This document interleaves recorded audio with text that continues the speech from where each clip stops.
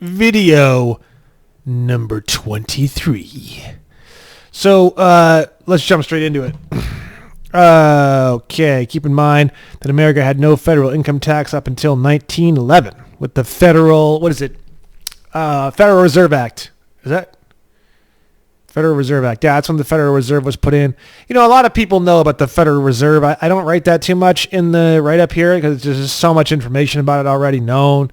1911, the Federal Reserve Act. So the question, obviously we've been talking about taxes a lot. The question comes to, how was the country built and funded all these years prior to 1911?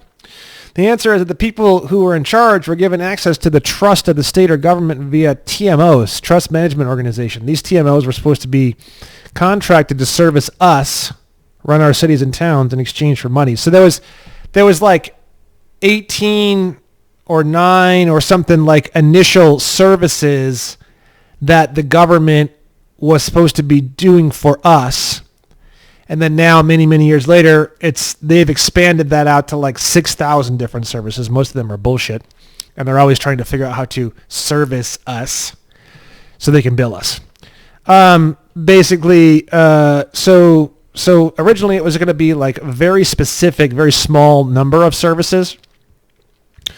The ability to be the trustee of a state or government allowed the people in charge to do as they pleased, and the TMOs were fully self-funding.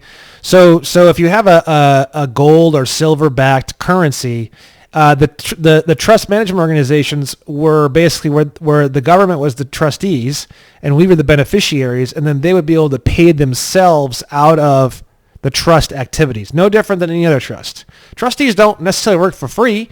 Any trust where you have someone who's being the trustee of the trust has full justification of being paid for administering that trust or being able to access some of the assets themselves. If it's a car or a home or whatever, maybe they can access some of that stuff and use it as a trustee. Okay. So the TMOs were fully self-funding, meaning they fund everything for government or a state, including all the pay for all the public servants, right? Direct taxation, which is unconstitutional to do in America to live humans, once you correct your status and do all the good stuff, was added on literally as an additional form of revenue. It's just corruption, plain and simple. So a lot of it has to do with the fact that all of our money is printed at interest via the Federal Reserve. So that pressure and that situation where, everyone's pretty much broke legally. And it's pretty much like, if you scraped up every single penny under the sun, moon, and stars and gave it back to the Federal Reserve, we would still owe money on the loan because there's interest on the loan too. So everyone's broke and they just are more and more and more broke. And this is kind of like a way of their solution to handle the problem was to add all this other stuff and taxation and then there's this tax and then before you know it, you're paying 70% of your money, right? States or governments that report that they are broke, as many do so only as a way to hide and siphon funds and also request new funds or justify needing new funds. They are private corporations. Again, like we went over before, the definition of a private corporation and the purpose of a private corporation is to create maximum profits for shareholders. That is the purpose of any corporation anywhere for absolutely any reason. It's to flip the trust and make us the trustees and make them and their board members the beneficiaries. And that's the reason why corporations lose all of their rights when you have a government that goes into a corporation status.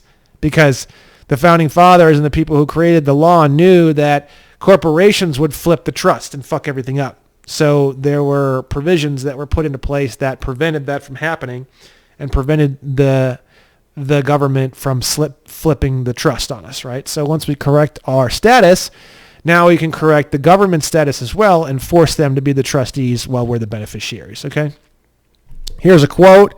It is well stated that the United States et al. Is a corporation originally incorporated on February 21st, 1871 under the name of District of Columbia. And that's an exact quote from this, whatever this is. I don't even know what that is. So Abraham Lincoln was the president just before that point. He was assassinated. He was the president from 1861 until he was assassinated in 1865.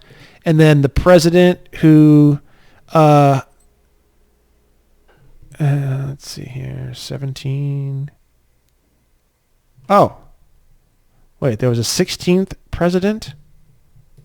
Presidents of the United States.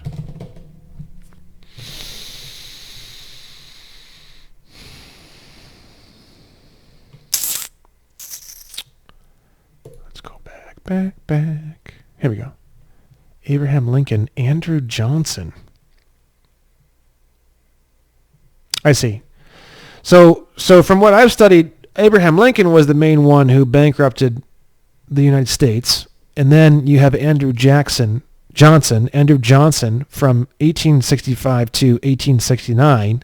And then Ulysses S. Grant was from 1869 until 1877. Now, he was the president when, I see, when the corporation was originally incorporated. So, when did the United States originally go bankrupt?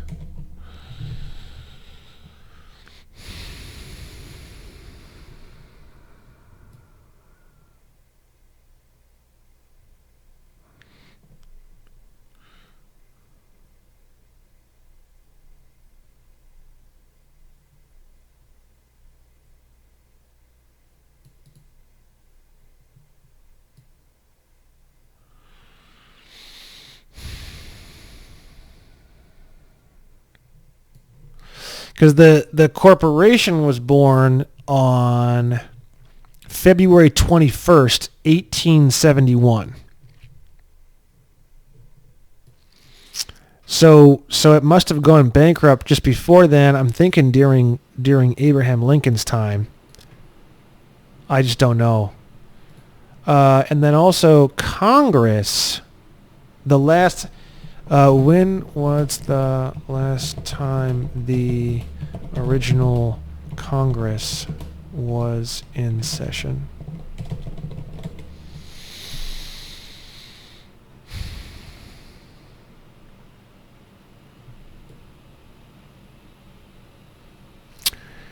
So around this time,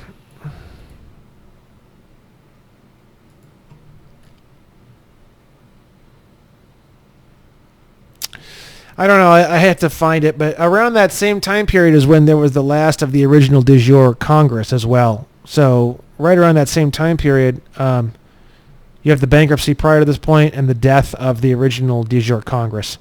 Here's another quote: United States, U.S., USA, and America means federal corporation. That's from USC Title 28, Section 3002S.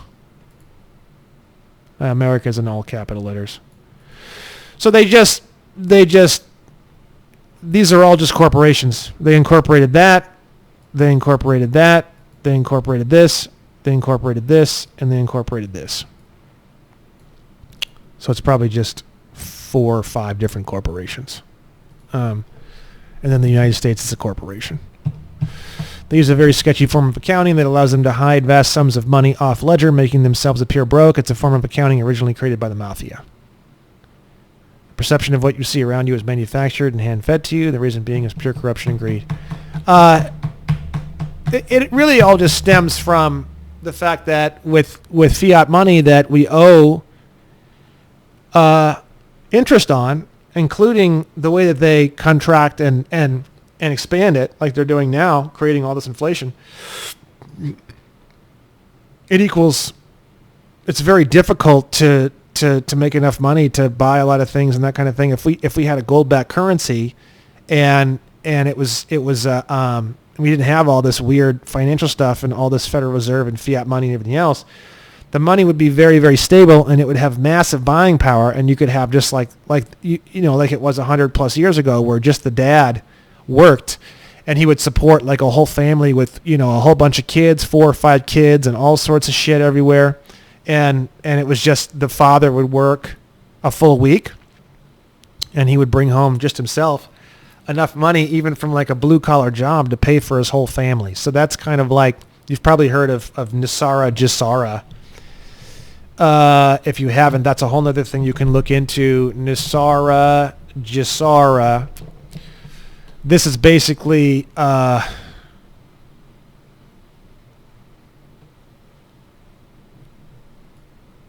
National Economic Security and Recovery Act was a set of proposed economic reforms by the United States suggested during the 1990s by Harvey Francis Barnard. This is basically like, you know, cleaning out all the debt, canceling all the debt, issuing a new type of currency, making it gold-backed, getting rid of the IRS. This is all part of what Nisara Jisara is. And if you want to look up more on that, you can. I'm not going to get into that too much, but that's basically the system that will replace all of this. Yeah.